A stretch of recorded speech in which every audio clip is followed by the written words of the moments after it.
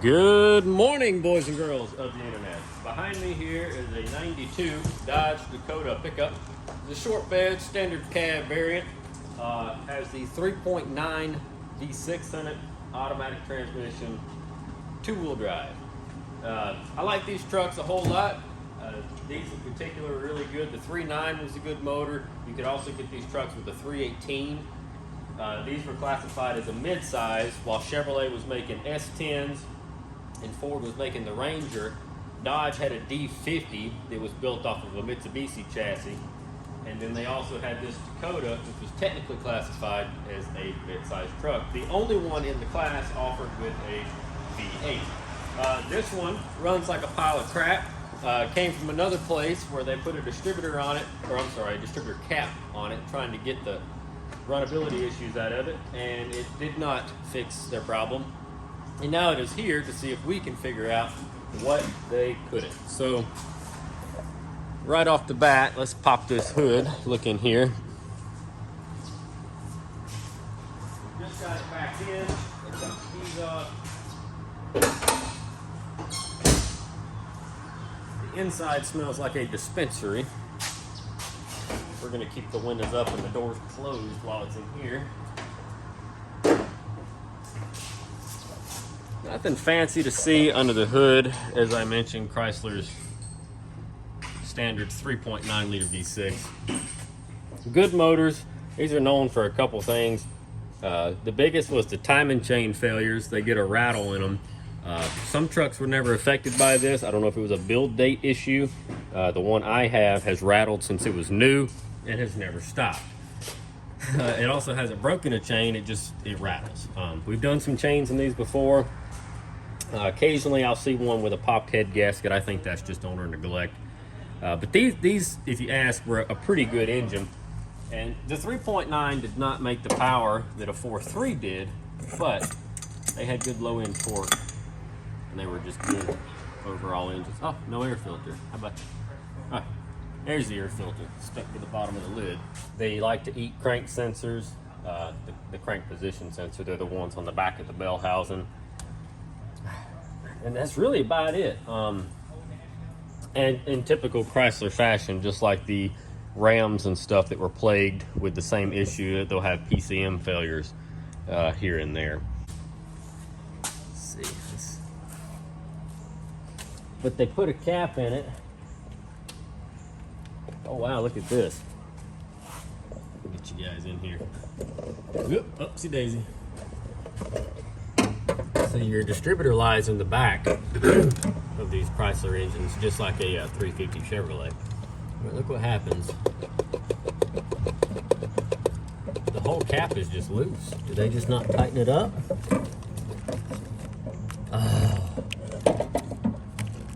Let me get the light on. Look at that. Let me get you adjusted here. They got a zip tie holding the cap down. Look at that. You see that down in there? They snapped the bolt off in the cap. Oh my gosh.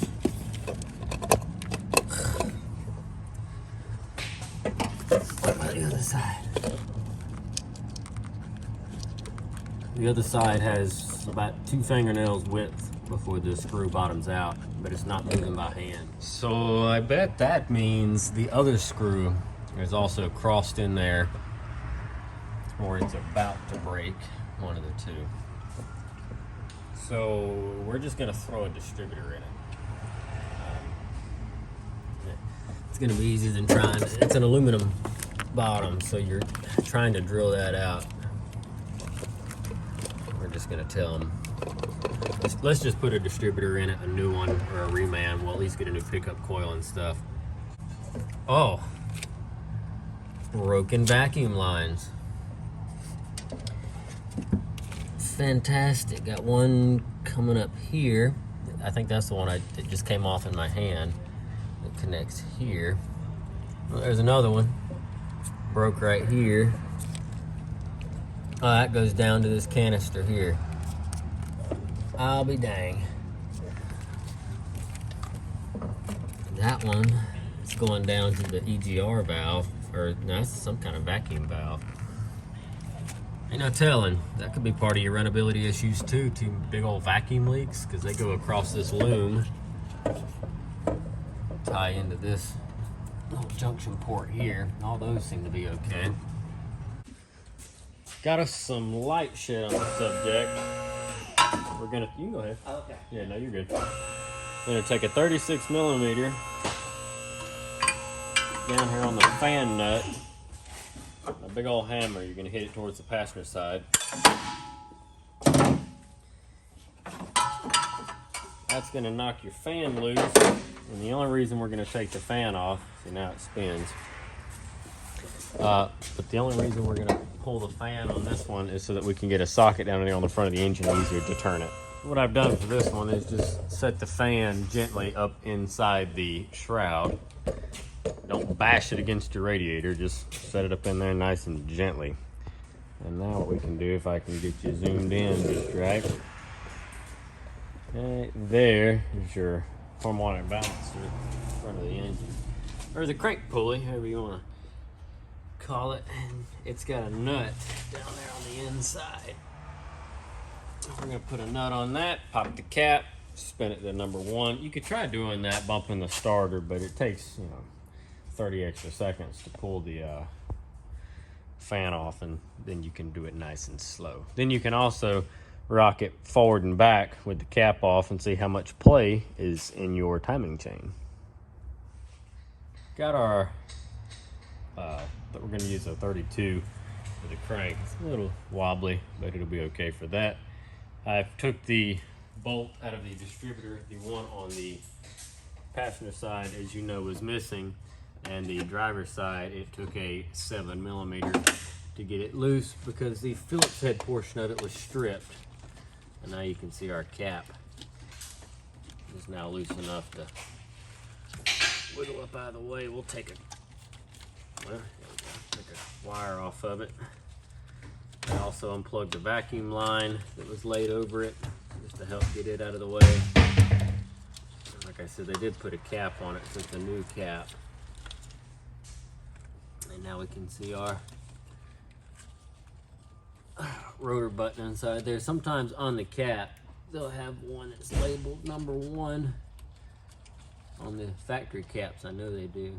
Okay, on this one, it's telling us number 1 is this guy all the way over here, and you can verify by following the plug wire. Yep, down, sure enough, goes to number 1. So we need to turn this distributor to get the rotor button pointed towards you guys.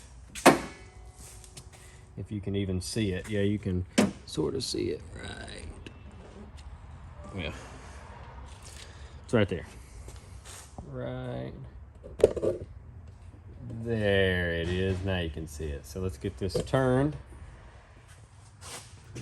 There's our distributor pointed this direction. That's where number 1 is, right before the bolt hole for the cap. So that's all lined back up. Now we can try to snake our little grubby mitts down in there and get the bolt for the distributor out, which I think is on this side. Yep. You've also got a pickup coil. Plug in for it is what I'm pulling on right now, this guy right here. Unplug it, and then you can pull the rotor button off, and you can see inside there it's got some, it's like some dust. It's gonna be just, there we go. Moisture, probably got in at one point in time. Not a big deal. Contact on the end. You can see a little bit of burning. That distributor could be wobbly in there. The shaft is wore out. Good possibility. We are dealing with a old Dakota here. And you've got your pickup coil. Flip it over. There's your contact for it. As this thing, as the distributor spins in there, there's a metal plate underneath it, and that part rotates with the distributor shaft. I'll get you in here so you can see this.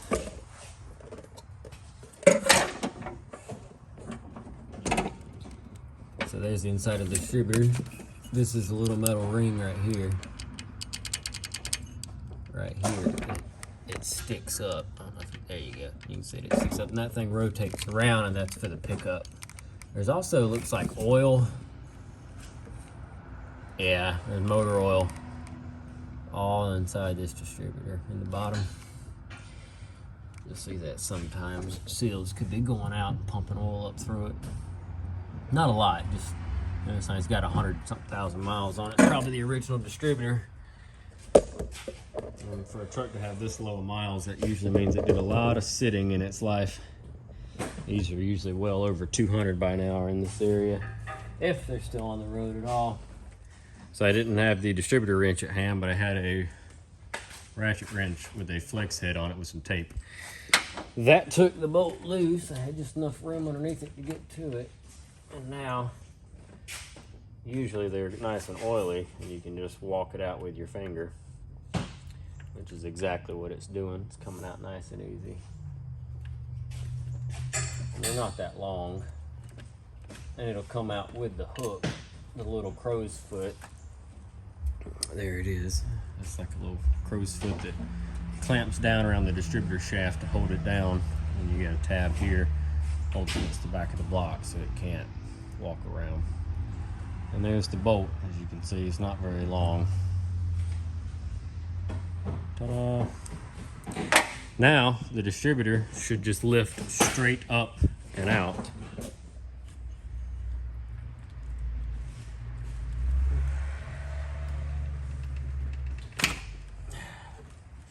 And there it is. So on these specific Dodges, the way this is made, you only have rectangle cut gear on the bottom, so it can only go in one of two ways.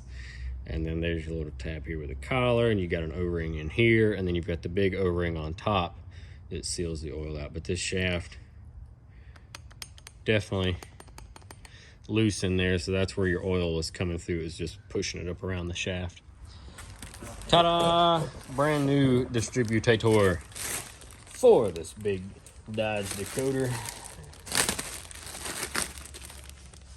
The 000 parts store had everything in stock. This is a complete unit. You see the pigtail that comes through. That means it has a new pickup coil, comes with a new cap, warranty void if removed. But you have to pull the cap to know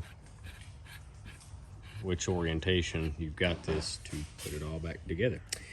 So we're gonna do that. There was something else I was gonna do. Check the shaft links, line that up, make sure they're the same. Yep, looks pretty good. Looks like it's even got a thicker, this little collar right here looks like it's thicker on the new one. Shouldn't make any difference though. It should work all the same. Take these screws out. These screws have little holding tabs on them, so the screw won't actually come all the way out of the cap. Voila, you see the screws. Oh, maybe these don't. Nope, these don't. This one's cheap. Most of the time your distributor caps have a little wire, like a lock collar on there that holds the screws in so that you can't drop it. Now here's your other sticker. Void, warranty void if removed. We don't need to take this pickup coil off at all. It's good right where it's at. All we have to do is make sure your pigtail comes out the back side against the firewall, and that your rotor button is oriented into the number 1 position. So if you look down in that hole, you'll actually see the gear, the slot in the gear drive from the cam where this goes in. That's all you got to do. So, not that I can really see down in there from this angle. Could if I had a stool or something to stand on. But I've got the next best thing, a Lowe's 5-gallon bucket. Stand up on here. Yep, point it straight back, just like that. Set this down in here. Try not to pop off your new fancy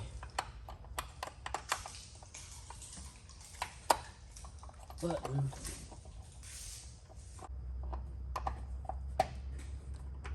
There it goes. Just like that. Bingo.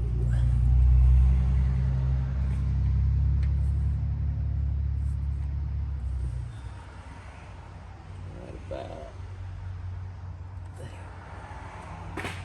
Now, this distributor, you're going to want to retime the engine anyway. Get it back up to top dead center. Throw a timing light on it and check it again. But for the purposes of the video, I put it right back in at the same orientation that it was before. That should be close enough to where it was to start the truck. Then we can throw a timing light on it and go from there. So now let's get our big guy right here. I'm gonna go clean some of this oil off and we'll put it back on. Just like that, we have a cleaned bracket. Look how nice that looks. It takes 2 seconds, a little bit of brake clean and a brush. Now, as you can see, there is some moisture still on this. It is not going to hurt anything for that little bit of moisture to be there. I'm going to spray a dab of fluid film on the bolt and stuff before I tighten it down in there, so rust won't be an issue. Parts like this that are on the outside of the distributor, not a big deal. It's just, you know, it's going to dry. Heat of the engine will have this thing dried off in minutes. But I just want to let you guys know. Now, anything that goes inside the distributor, any component, pickup coil, rotor, anything like that needs to be completely dry. It can't have any moisture on it, because the pickup coil, if you get it wet, it's going to fray the signal and it's going to arc off of everything else inside that distributor. That's why if you ever wash your engine bay, you should never spray directly onto the cap. Just like I showed a minute ago, you have that vent on top of the distributor, and that can allow moisture to get in. And if you dump some moisture down inside that cap at a car wash, odds are you are not getting that thing fired back up to get you home for a while, unless you pull that cap and the button and the coil and dry everything out. And you'll feel it as you tighten up that bolt. The distributor will kind of sink down into the block, and that's that rubber seal, that O-ring, being pushed down in there and making a tight mate against the block. And for now, I'm gonna go ahead and just snug it up, and we'll finish the rest of this tune-up, and then we'll go back, loosen it up, and adjust it for the correct ignition timing, which I'm not sure what it is. On these Dakotas, we'll have to go look that up together. I'm not familiar. Now, the orientation of the cap itself, the screws are offset more to one side than the other, which means it's only going to go on one way. And in this case, that's with the vent at the back of the distributor. For the plug wires on this truck, we've got some OmniSpark. These are OE, down to the core, baby. That's what they say anyway. And then for plugs, we've got the NGK coppers. That's what it said. It wanted champions, but they didn't have any. So I've also got some vacuum hose to fix the broken vacuum lines that they broke when they tried to put the cap on the first time, because we got to fix it all right now. So I gotta tell you guys, I got a new member of the shop now. I wanted to introduce him real quick. This is the Auto Fix. You can get these bad boys on Amazon. They do a lot of cool stuff, and as you notice, there's no cords attached. This thing is completely wireless. It's got a little dongle you plug into the OBD reader. I know what you're sitting there thinking, Jay, that truck's too old to do that with that machine. And you're right in the sense of that, but it's got a whole bunch of other cool buttons and things you can touch on, including this one right here, where you can use the internets, and bam, you've got a firing order. Just like that, we know exactly what we're looking for. And this is one of the cool graphs that if you zoom in, you can actually see the little screws on the distributor. It's always good to find one like that so that you know for certain. If sometimes if the chains and stuff get stretched in older cars, the old timer trick was to jump it ahead on the plug or on the cap, and then you could adjust the distribution to compensate for it. So find yourself the little screws, that way so you know what you're looking at. And here we are on the interwebs. Clockwise rotation, 246, 135. That's your Chrysler, baby. 165432. So now I've got this little dude. He's just gonna sit right here. Like I said, those, for what all the stuff that little dude does, they're pretty cheap. I'll throw a link in the prescription box below. But in this case, you know, that's the front of the engine. 2 is this guy right here. 2 is gonna go 1 before 1. So we know he fits way up into there. Pop this off, match up a new wire to it, make sure we got the right length. Just like that. Robert's your mother's brother. With all the wires set into place, we're going to move on to the sparkulators. I just wanted to get all the wires in their correct orientation beforehand, make sure they were the right length, because it wouldn't be the first time that we got them wrong. They all fit, everything nice and clean. I'm going to go clean it up with some zip ties, make it all pretty here in a minute. But for the moment, let's start popping these plugs out, shall we? So I just changed all 6 sparkulators. Got all that stuff in there. Let me make sure I got this.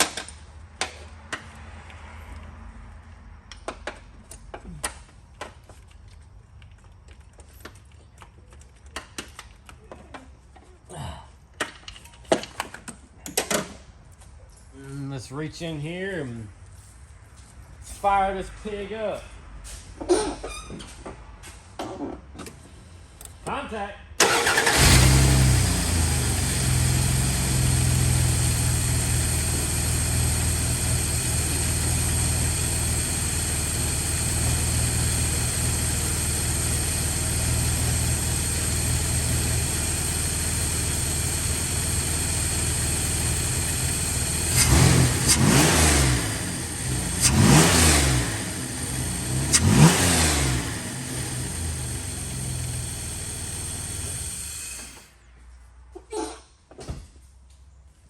Okay, that actually sounded really good.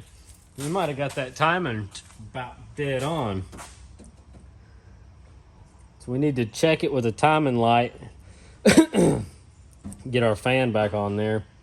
Then we're ready to take a little rip tater chip, see how it does. That vacuum line, let's see. Zoom you folks in. Everybody, hold on.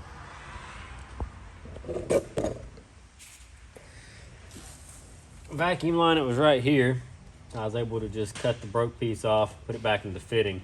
This one is too short, but there was a barb stuck in it.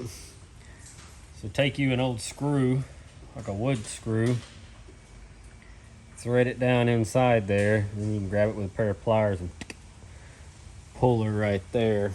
Here's what I've come up with in my pile of crap. I've got this little piece of a hose, cut the end off of it pretty flush. That's gonna fit down into this barb fitting. Oh, I'm sorry. Forgot to actually cut it. Now I've cut the end of it off. And I got this little piece of hose. This should be just enough to push down into here. And then connect that into our broken piece. Just like that. So that took care of, let's see, zoom you folks in, hang on. Right there to there, and that one on that vacuum, I think that's like some kind of check ball. I just cut the broke piece off, stabbed her right in. Pressure regulator and all that stuff was hooked back up. So, I still don't have a fan on it. But let's fire it up again, have a listen.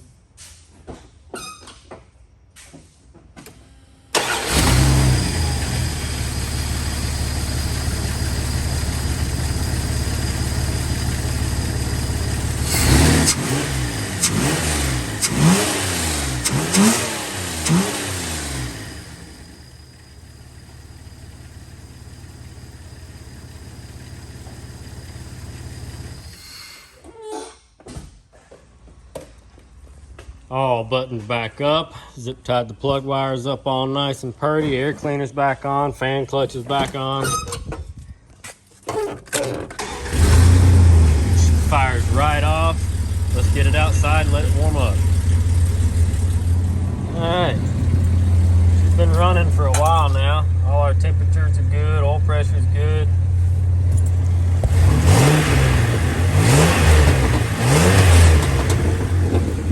Sounds nice and happy. I'm gonna chalk that up as a win. Alright folks, there's a full ignition tune-up with a distributor on a 92 Dodge Dakota with the 3.9 in it. She's sounding pretty good. You can hear a little bit of timing chain rattle, but that's pretty common on these trucks. But besides that, she's purring away. Gonna close the hood, call this a win. Go work on a lawnmower. Thank you all for watching. Drop a comment down below. Let me know what you think. Do y'all still see these Dodge Dakotas where you guys are? This one's pretty dang clean, and I just realized it is a sport. But don't see too terribly many of these anymore. I've always wanted one with a 318, 5-speed, and the 4-wheel drive. But the few that I've seen for sale over the years were either just basket cases or way too much money. Thank you guys for watching. We'll catch y'all in the next video.